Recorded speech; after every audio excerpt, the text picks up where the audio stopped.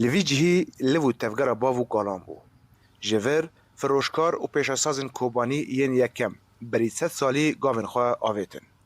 لیشر و کوشبری و ویرانبونا کوبانیه گورن وان آواهیان به کس و خودی هشتنه. تنه هندار برن جنفس سیم آواهین باو کالن خواه نوژن کرن و ناوه وی بازار کون ده پاريزن.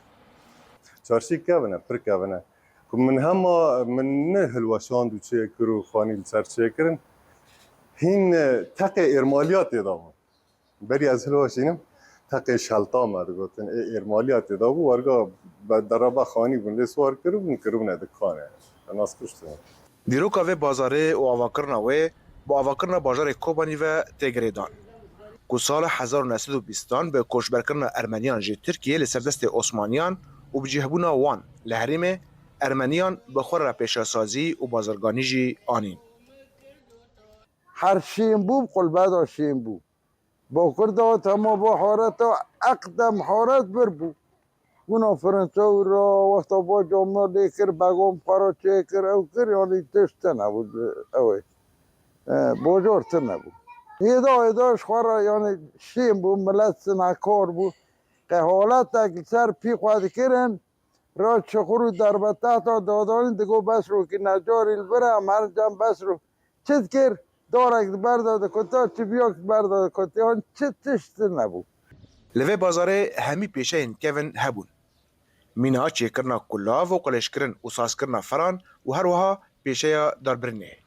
لپشتی کو همی فروشکار و پیشاسازان به فرهبونا بازار کوبن را جور کوش کربون و تن داربر مابون ناو بازار بازار کون بویا داربران.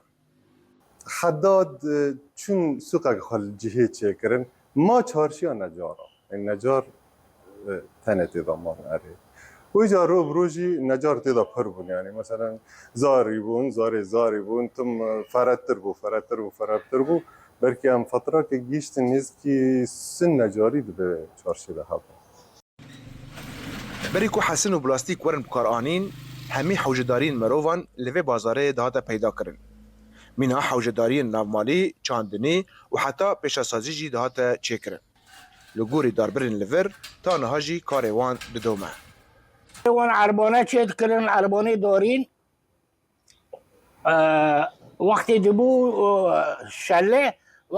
شله گینه منو کم کن عربانه دریج دکرن سبی شله یعنی زیر شبکاک چید کرن وقتی دین جرجر چید کرن حالت چید کرن تشتی کو بچوله گرک بو عدی وانو چید کرن. تاوی کو روژا ایرو بازار کوبانی فرح بویه و گلک بازار هاتنا آوا کرن لیهین تایبتمندیا و بازار یکم لجم رونشتوانان هیه.